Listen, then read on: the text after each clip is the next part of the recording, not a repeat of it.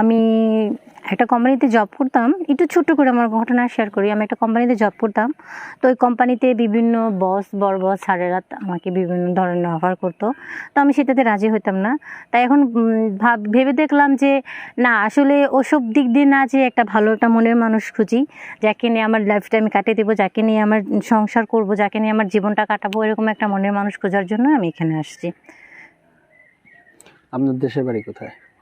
আমার দেশের বাড়ি গাইবান্ধা। গাইবান্ধাতে। পরিবারে কে কে আছে? বাবা মা ভাই বোন সবাই আছে। চাকরি করতে গেলে কি হয়েছিল, পুরো বিষয়টা একটু ক্লিয়ার করবেন?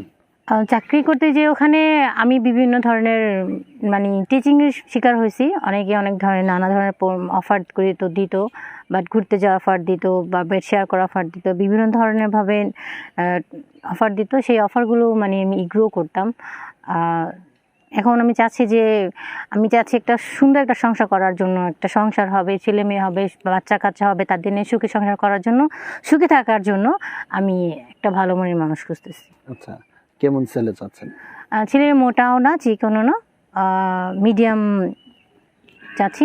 বড়ও না, খাটোও না, আমার যে জন্য একটু হাইট হয় এরকম একটা ছেলে চাচ্ছি। না, বডি কত? আমার পাসপোর্ট 3 ইঞ্চি। পাসপোর্ট 3 ইঞ্চি। কয় ইঞ্চি লাগবে আপনার?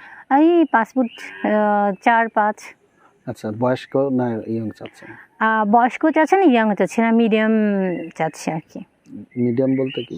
মিডিয়াম বলতে মানে বেশি ইয়াংও না, আবার বেশি বয়স্কও না, মানে মিডিয়াম বয়স, যেমন 30-এর মধ্যে, 30-35-এর মধ্যে। ইমিডিয়েট যে বসরা ছিলেন, তারা যে অফারগুলো দিছে, এই অফারগুলো আপনি অ্যাকসেপ্ট করলেন না কেন, এবং কি পারপাস অফারগুলো করতো? আসলে অ্যাকসেপ্ট করিনি এই কারণে, কারণ এখানে মানির সমস্যা ছিল। মানে টাকা অফার করতো? হ্যাঁ, টাকা অফার করতো। হ্যাঁ, টাকা অফার করতো, এবং বিভিন্নভাবে কাজের ভয় দেখাতো যে তুমি যদি না করো তাহলে তোমার চাকরি থেকে বের করে দেবো, এরকম ভয় দেখাতো আর কি। আচ্ছা আচ্ছা, মানে অনেক মেয়েদের এরকম হয় আর কি। হ্যাঁ, অনেকের জীবনে এরকম হয়, কিন্তু আমার লাইফও হয়েছে। তাই আমি আর কি এখন চাকরি বাকরি সব ছেড়ে দিয়েছি। তাই এখন চাকরি বাকরি আর কিছুই করব না, এখন চুটিয়ে সংসার করব। একটা ভালো মনের মানুষ পাইলে তাকে বিয়ে করব, বিয়ে করে সংসার করব, বাচ্চা কাচ্চার মা হব আর কি।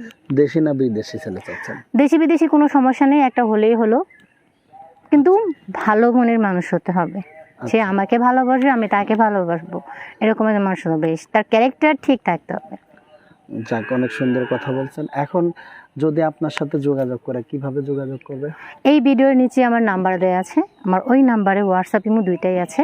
যদি কারো ভালো লাগে, আমাকে ভালো লাগে থেকে, তাহলে ওই নাম্বারে যেয়ে ইমো হোয়াটসঅ্যাপ খুলে আমাকে নক দিতে পারবেন, কথা বলবো আমি। আচ্ছা, তো এখন আপনার দেশের বাড়ি কই যেন বলছেন? নওগাঁ। চাপাই, নওগাঁ চাপাই আর কি। তো এখন আপনাদের পরিবারে কে কে আছে? আমার পরিবার ফ্যামিলি সবাই আছে, ভাই বোন। তো আপনি এতদিন সংসার করেন নাই কেন, এতদিন বিয়ে শাদী করে ফেলেন নাই কেন?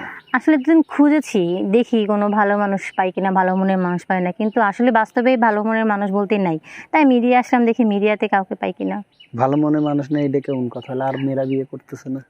করতেছে, বাট আমার ক্ষেত্রে সেটা হয়নি, আর আমি পাইনি, তাই। আপনার ক্ষেত্রে হয়নি কেন? আপনার কি কোনো সমস্যা আছে? না, আমার কোনো সমস্যা নেই। তাহলে আসলে আমি যে বললাম যেখানে যে সেখানে যে বিভিন্ন ধরনের অফারের শিকার হতে হয়, সেই জন্য আমি আর আগাইনি। আচ্ছা, যাক, ভালো। তো আমরা বিদায় নেব। বিদায় নেওয়ার পূর্বে দর্শকের কিছু বলার আছে? বলার আছে এটাই, যদি আমাকে ভালো লাগে তাহলে আমাকে ইমো মেসেজে নক দিয়ে। ঠিক আছে।